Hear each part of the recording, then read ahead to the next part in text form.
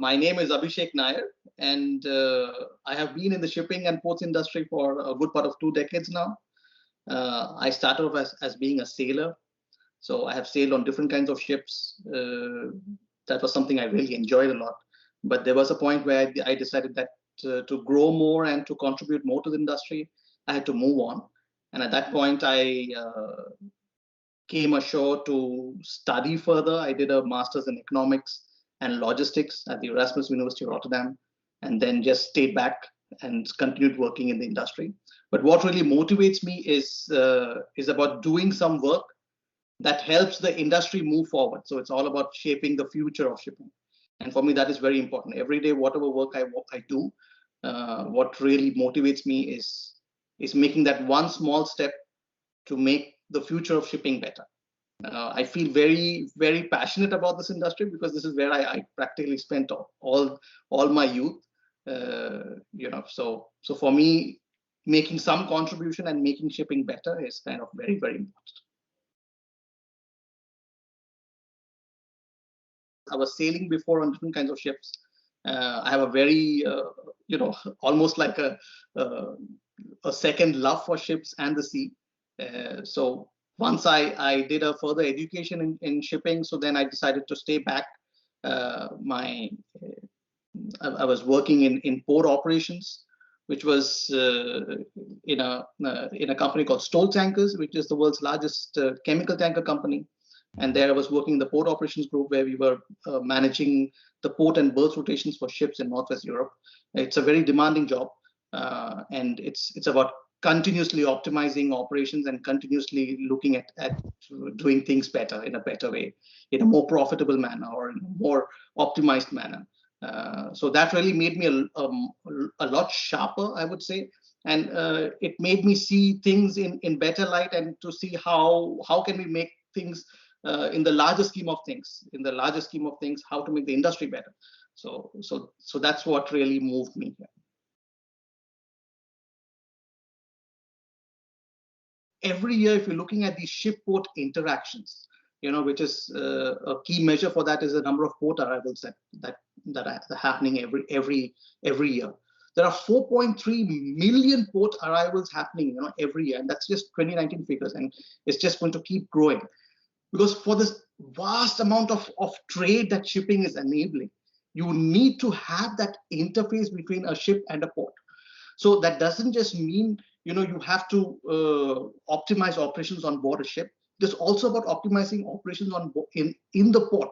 So you cannot look at them in isolation. So it is this interface between the ships and the ports that is so vital to enable trade. And it was only when I actually got into port operations that I really saw the immense value that the people working in this industry are putting to trade itself. Just imagine, if we didn't have ports or we didn't have shipping, there's almost anything that's lying on your table right now, it wouldn't be there. It just wouldn't be there, or probably you're going to be paying a price for it, which is just off the roof. So yes, what really fascinates me is, there are so many of these interactions, these small nuances in the ports and shipping that makes life easier for everybody else. To be honest, I should say trade itself, yes, there has been a slump in trade, and that because shipping is a derived demand, so there has been a slump in shipping as well. So you saw the first few months of last year of 2020 where trade went down. So that eventually, translated down to having lots of blank sailings in shipping, and markets were down. But eventually that picked up slowly. But what is more important is that with COVID and the global lockdown, most shipping companies and ports, they have started to think how to be prepared for the next such a black swan, as you would say, a black swan event like this, how to be prepared. This was not something, because the industry as such has always been a laggard in terms of digitalization, in terms of looking forward to regulatory changes. The industry has always been some more, I would say, reactive and never proactive. But that is changing because this time it's, with the global lockdown, businesses have been affected worldwide. So now everybody's thinking, hey, how do I be prepared more? How can I future proof myself? And that is a big change that I'm seeing in the industry.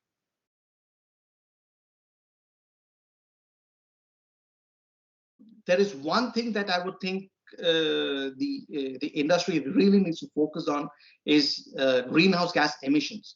Now, the shipping industry as such, it contributes to almost 3% of total global greenhouse gas emissions, which is a mammoth figure. If you just take it as an industry, which is in terms of numbers, it is 1.1 billion tons of greenhouse gas emissions annually. It is even more than the largest economy in Europe, which is Germany. So shipping industry, as a whole produces more greenhouse gas emissions than even Germany. So it is way there on top in terms of the biggest emitters in the world. And because of the structure of the industry, the industry is so fragmented. To get concerted effort from everybody to pull in and take a step further is very difficult. I mean, any industry where the market is fragmented, it is difficult to create a concerted effort. But now we see that the industry is trying to take those steps. So there is going to be changes in regulatory framework, which you can see coming from the IMO, you can see coming from the EU itself, where the EU is saying that they would like to include shipping in its emissions trading scheme, which can completely change the structure of shipping and ports.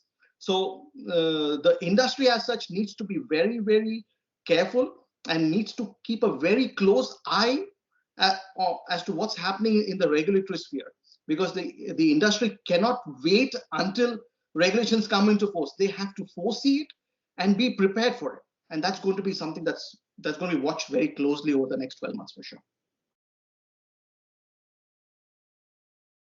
There are quite a few things that I like about expert powers. Firstly, because I always have this theory that business is all about people. Everything is about people.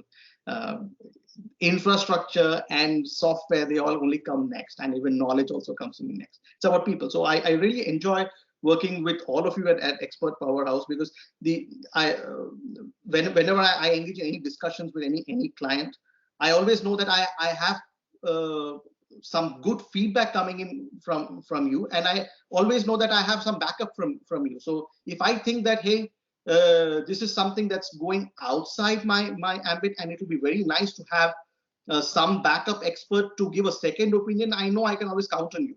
So for me, that's very important. So making me feel comfortable about working with that particular client, I think Expert Powers does a great job there. And secondly, for some reason, always the discussions with clients that you bring in are very interesting, impactful, and they help me learn a lot. Even though I'm giving a lot of advice there as an expert itself, but I also tend to learn a lot from these discussions, and that's what I really like about working with you at Expert Powers.